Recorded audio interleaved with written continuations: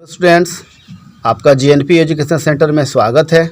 आज आप क्लास 9 के चैप्टर नंबर 1.5 के सारे मैथों को बारीकी से समझने जा रहे हैं। क्वेश्चन इस प्रकार से है, बताइए नीचे दी गई संख्या परिमेय है अथवा अपरिमेय।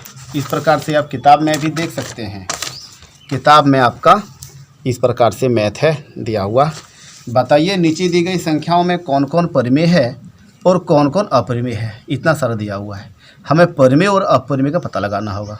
तो परिमेय और अपरिमेय संख्याओं का पता लगाने के पहले हमें परिमेय और अपरिमेय संख्याओं को बारीकी से समझना होगा कि परिमेय संख्या और अपरिमेय संख्या क्या होते हैं। तो आइए परिमेय और अपरिमेय पर विचार करते हैं। देखिए, परिमेय संख्या वो संख्या है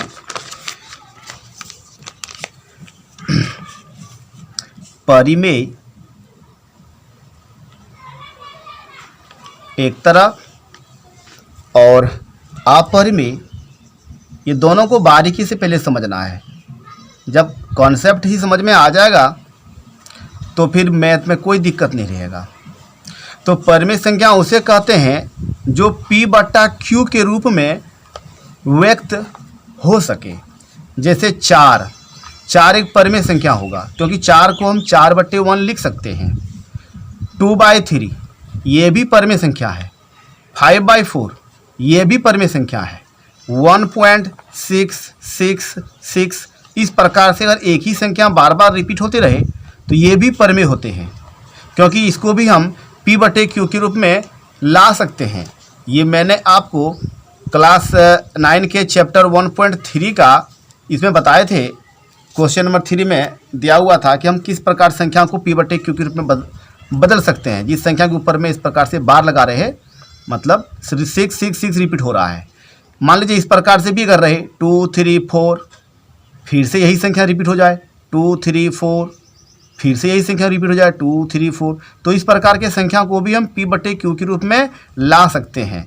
इस प्रकार के संख्याओं को P/Q के रूप में लाने के लिए हमने अगले वीडियो में बना के छोड़े हैं, आप देख लीजिए किस प्रकार से इसको हम बदल सकते हैं। तो ये भी परिमेय संख्या कहलाते हैं। अगर संख्या रिपीट हो जाए तो वो परिमेय संख्या कहलाते हैं, चाहे वह कितनों ही दूर जाकर रिपीट हो जाए। 1.7 3 4 5 6 7 यहाँ तक आने के बाद अगर फिर से रिपीट हो 7 3 4 5 6, तो इसको भी हम P/Q के रूप में ला सकते हैं। कितनों ही बड़ा संख्या हो, अगर रिपीट हो जाए तो उसे हम P/Q के रूप में बदल सकते हैं, और वो परिमेय संख्या होती हैं जो संख्या रिपीट हो जाए। और अपरिमेय संख्या क्या होते हैं, जिसे हम P/Q के रूप में नहीं लिख सकते हैं। जैसे √3 को हम परिमेय संख्या के रूप में नहीं लिख सकते हैं। पाई यह भी अपरिमेय संख्या है। √5 यह भी अपरिमेय संख्या है। 1.734523147 कुछ भी चले, इसे यह भी अपरिमेय संख्या है। इसे हम P/Q के रूप में नहीं लिख सकते हैं। आप बोलिएगा सर √3 को भी तो हम √3/1 लिख सकते हैं और यह P/Q के रूप में व्यक्त हो जाएगा, लेकिन नहीं।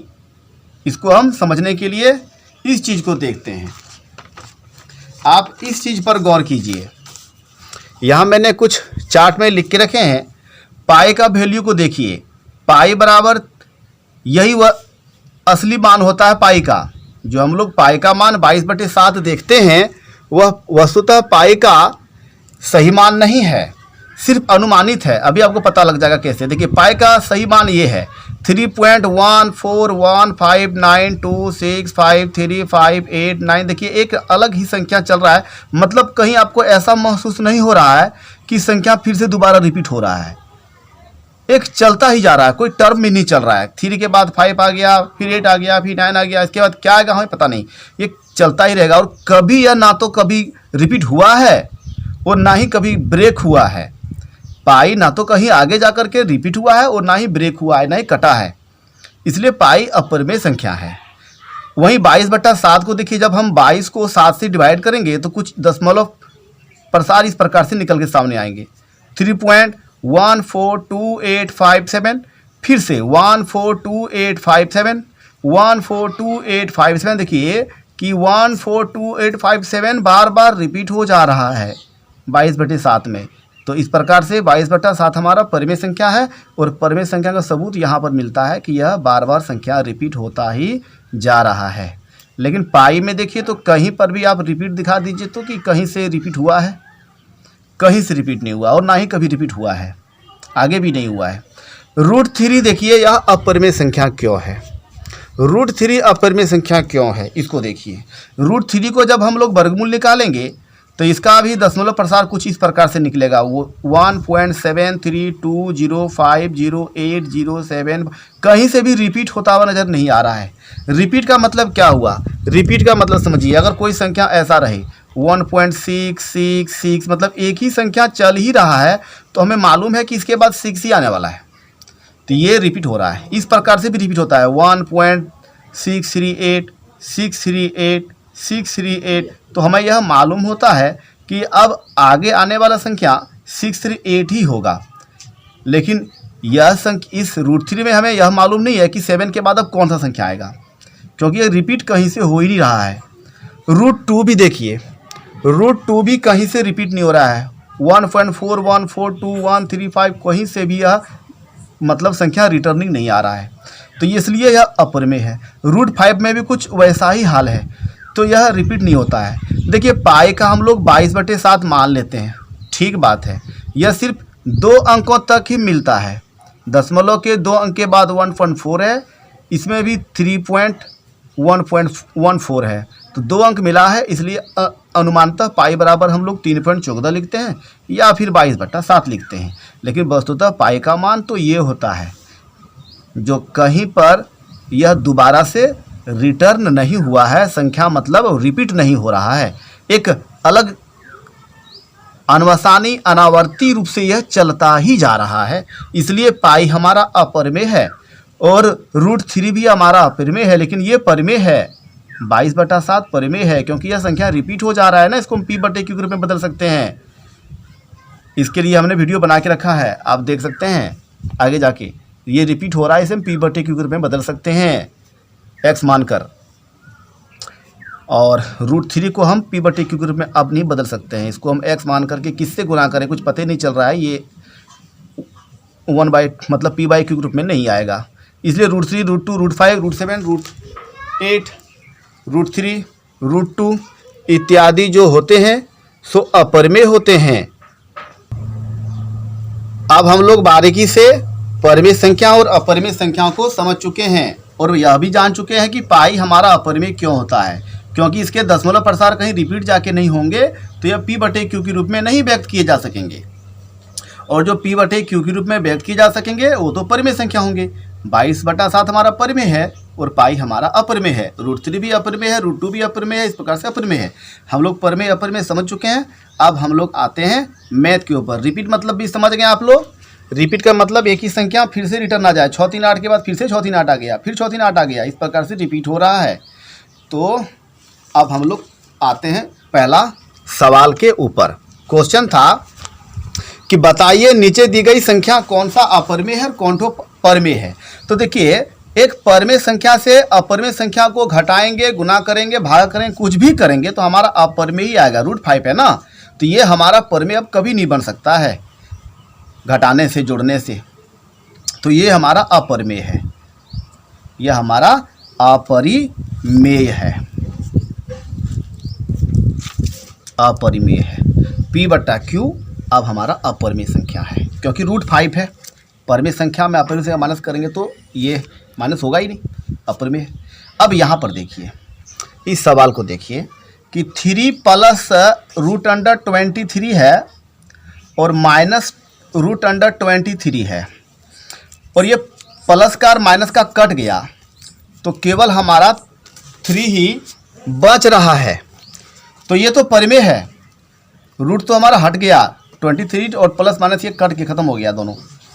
यहाँ भी देखिए कि कुछ उसी प्रकार से है, 2√7 बाई 7√7 में √7 हमारा कट जाता है तो केवल 2/7 बच रहा है, और यह हमारा परिमेय है, यह भी हमारा परिमेय है, क्योंकि 3 के नीचे हम 1 दे सकते हैं, यह परिमेय संख्या है। फिर देखिए 1/√2 जो है वह हमारा अपरिमेय है। क्यों? ये √2 तो अभी हम बता चुके थे आपको कि √2 का वर्गमूल नहीं होता है, इसलिए √2 हमारा अपरिमेय संख्या है। अब यह परिमेय संख्या नहीं हो सकता है, इसलिए यह अपरिमेय है क्योंकि √2 है। पाई तो अभी आपको हम बता चुके थे इसके पहले ही कि पाई जो हमारा है वह अपरिमेय संख्या है। पाई का मान जो होता है देख लीजिए, यह इसके दशमलव प्रसार अनवसानी और अनावर्ती रूप से चलते रहते हैं, यही पाई का ओरिजिनल मान है और ये कभी ब्रेक नहीं होते हैं। सुपर कंप्यूटर भी फेल हो गया इनको मतलब इनका मान निकालते निकालते कहीं ना जाके ये रिटर्न हुआ और ना ही आज तक कटा। ठीक है, तो पाई हमारा अपरिमेय है जो कहीं से रिपीट नहीं हो रहा है, लेकिन 22 के साथ रिपीट हो रहा है, अपरिमेय है। तो पाई भी हमारा अपरिमेय है। ठीक है, आपको समझ में आ रहा है तो आप लाइक करते चलिए। दूसरा मैथ में हम लोग देखते हैं दूसरा चैप्टर, इसी 1.5 का 2 नंबर क्वेश्चन। निम्नलिखित व्यंजकों में से प्रत्येक व्यंजक को सरल कीजिए। निम्नलिखित व्यंजकों में से प्रत्येक व्यंजक को सरल कीजिए, मतलब इस तरह के मैथ को हमें सरल करना है, सोल्व करना है और इसका आंसर निकालना है। आइए आगे की ओर देखते हैं। अच्छा, मैंने आपको बताया था यहाँ पर पाई, लेकिन क्वेश्चन में 2 पाई लिखा हुआ था, इसके लिए सॉरी, मैं केवल पाई लिख दिया। देखते तो 2 पाई भी आपका अपर में ही होगा, तो पाई के साथ 2 को गुना करेंगे तो भी अपर में ही रहेगा, कोई दिक्कत नहीं। तो 3 + √7 और 2 + √2 को हम लोग सरल किस प्रकार से करेंगे? इस प्रकार से दोनों और ब्रैकेट जो बंद करके रखे गए हैं संख्या में, इन संख्याओं को केवल हमें गुना करना है।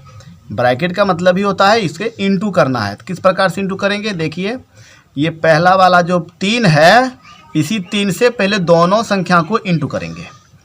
3 से 2 को गुना करेंगे, 3 दूनी 6। फिर 3 से √2 को गुना करेंगे, 3√2। ठीक है, 3 से 2 गुना किए, 3 दूनी 6, 3 को √2 से गुना किए तो 3√2 हो गया। अब 3 को भूल जाइए। अब √3 से फिर दोनों को गुना कीजिए।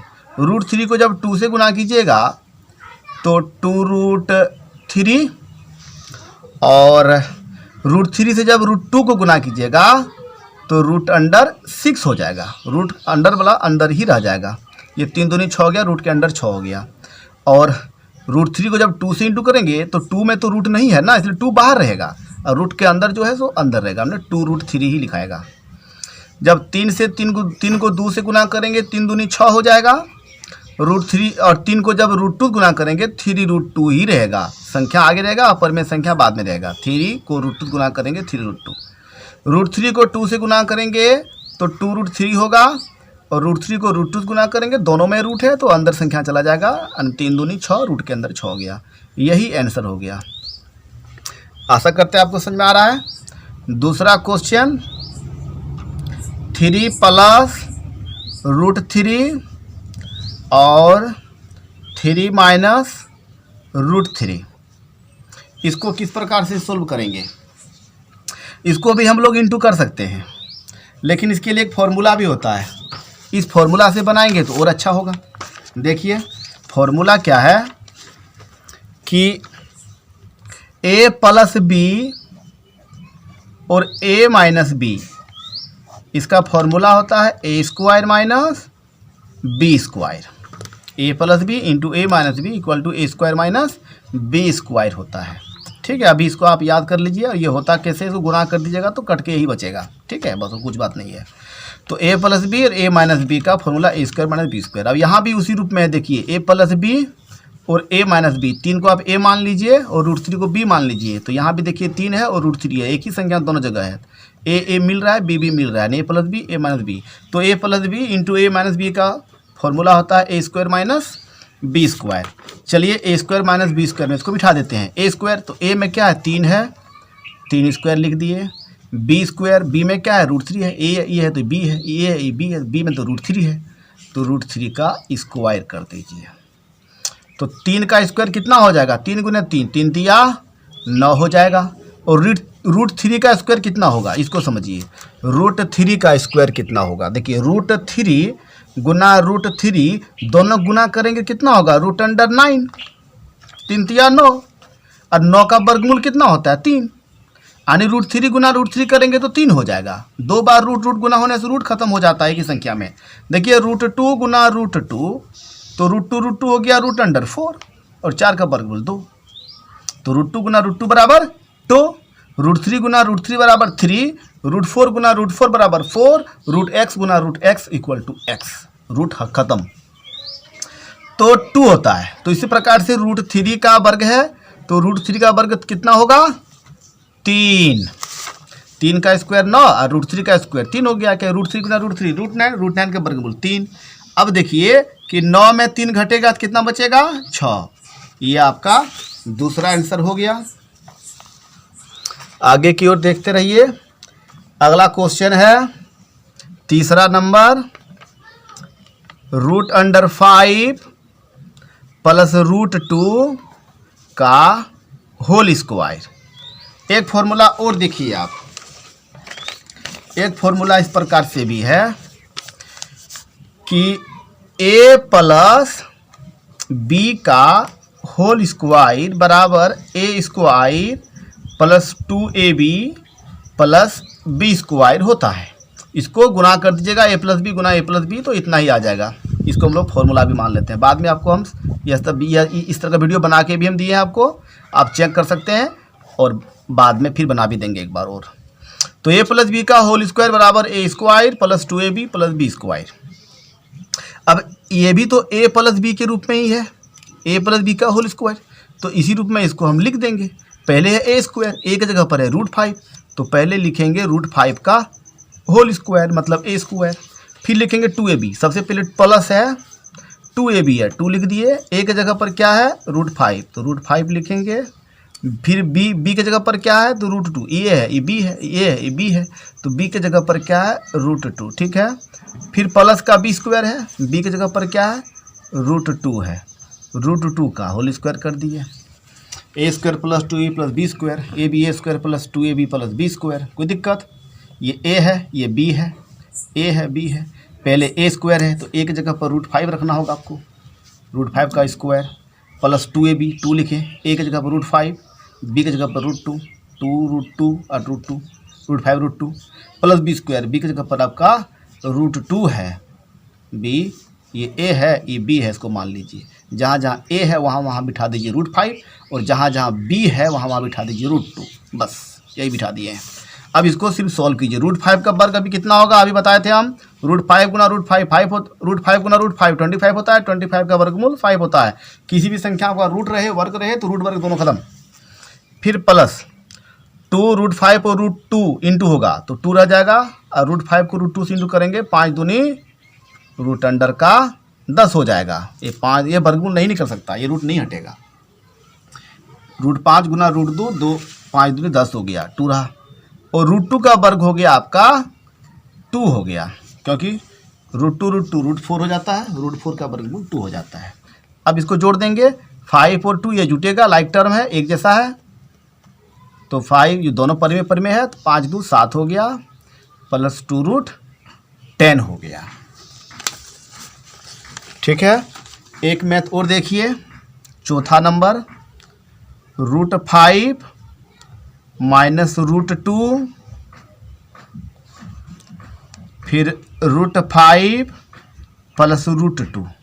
ये तो उसी प्रकार से है जैसे पहले बनाए थे, a plus B a minus B, यहाँ भी उसी प्रकार से इसमें आगे पीछे कर दिया है, a plus B a minus B वही है, a square minus B square हम पहले बता चुके हैं। a minus B a plus B या a plus B into a minus B एक ही होता है formula, a square minus B square.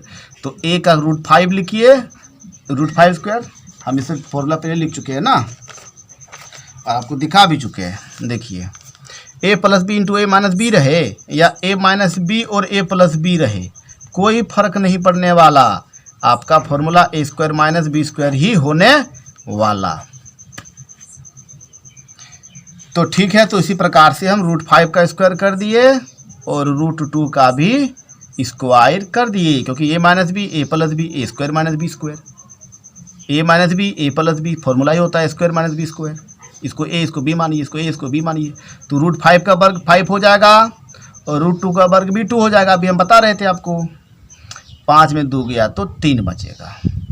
चलिए सारे प्रश्नों को हम सोल्व कर दिए हैं। आपको अच्छा लग रहा है और नए हैं तो शायद सब्सक्राइब कीजिए। इस प्रकार से वीडियो आपको मिलते रहेंगे और लाइक कीजिए। और नेक्स्ट जो भी अभी मैथ बच गए हैं, नंबर 3 नंबर, 4 नंबर और 5 नंबर, ये आपको हम नेक्स्ट वीडियो में बहुत जल्दी बना के तीनों दे देंगे।